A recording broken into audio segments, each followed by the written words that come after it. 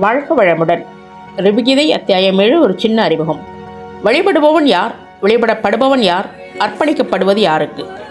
ஆன்மீக பயணத்தின் ஆரம்பத்தில் மனிதன் இறைவனை தனக்கு புறம்பாக காண்கிறான். அப்போது அவனுக்கு வழிபாடு உண்டு, மந்திரம் உண்டு, அர்ப்பணிப்பும் உண்டு. ஆனால் ஞானம் ஆழமடையும் போது வழிபடுபவனும் வழிபடப்படுபவனும் அர்ப்பணிப்பும் மூன்றும் ஒன்றே என்பதை உணரத் தொடங்குகிறான். ரிபுகீதையின் இந்த அற்புதமான அத்தியாயம் பிரம்மனுக்கு தர்ப்பணம் மற்றும் சேத்திற்கான ஹோமம் என்ற இரு ஆழ்ந்த ஆன்மீக உபதேசங்களின் மூலம் வெளிப்புறச் சடங்குகளிலிருந்து உள்முக ஞானத்திற்கு நம்மை அழைத்துச் செல்கிறது.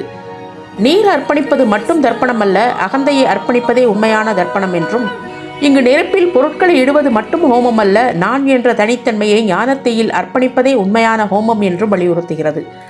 இந்த அத்தியாயத்தின் இறுதியில் அர்ப்பணிப்பவன் நானே, அர்ப்பணிக்கப்படுவதும் நானே, ஏற்றுக்கொள்பவனும் நானே, அனைத்தும் பிரம்மமே என்ற வெளிப்புற வழிபாட்டில் இருந்து உள்முக விழிப்புணர்வுக்கு அழைத்துச் செல்லும் ரிபுகீதையின் அரிய ஞான பயணமே இந்த அத்தியாயம்.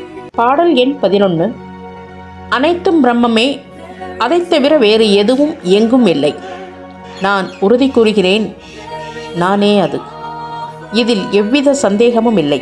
பாடல் எண் 12.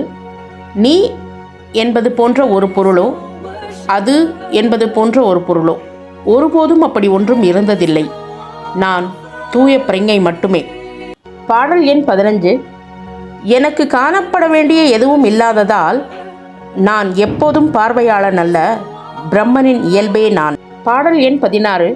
நான் வேறுபடுத்தும் பண்புகளற்றவன், ஆயினும் பெயர் கொண்டவன் நானே, நானே மாயையற்றவன்.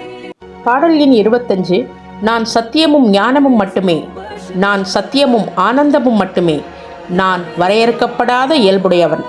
29வது பாடல். நான் பிரம்மன், நான் தூய்மையானவன், நான் நித்தியமானவன், நான் இறைவன், நான் ஓம் எனும் அட்சரத்தின் பொருளை போன்ற இயல்புடையவன். 33வது பாடல். எனக்கு உறுப்புகள் இல்லை, எனக்கு உருவம் இல்லை, நான் மனமும் அல்ல, புலன்களும் அல்ல, அறிவும் அல்ல, எந்த தவறான புரிதலும் அல்ல. 39வது பாடல். பல்வேறு வடிவங்களை உண்மையற்றவையாக கருதுங்கள், வண்ணங்களின் பன்முகத்தன்மையை உண்மையற்றதாக கருதுங்கள், பிரிவுகளின் பன்முகத்தன்மையை உண்மையற்றதாக கருதுங்கள். 47வது பாடல். அனைத்தையும் அனைத்தின் இல்லாமையையும் உண்மையற்றதாக கருதுங்கள், பரம்பொருளில் உள்ள முழுமையையும் முழுமையின்மையையும் உண்மையற்றதாக கருதுங்கள். ஆக அர்ப்பணிக்க ஒன்றுமில்லை, அர்ப்பணிப்பவனும் இல்லை. ஏனெனில் ஆரம்பத்தில் தேடியது பிரம்மம், பயணத்தின் முடிவில் கண்டதும் பிரம்மம், தேடிக்கொண்டிருந்த நானும் பிரம்மமே.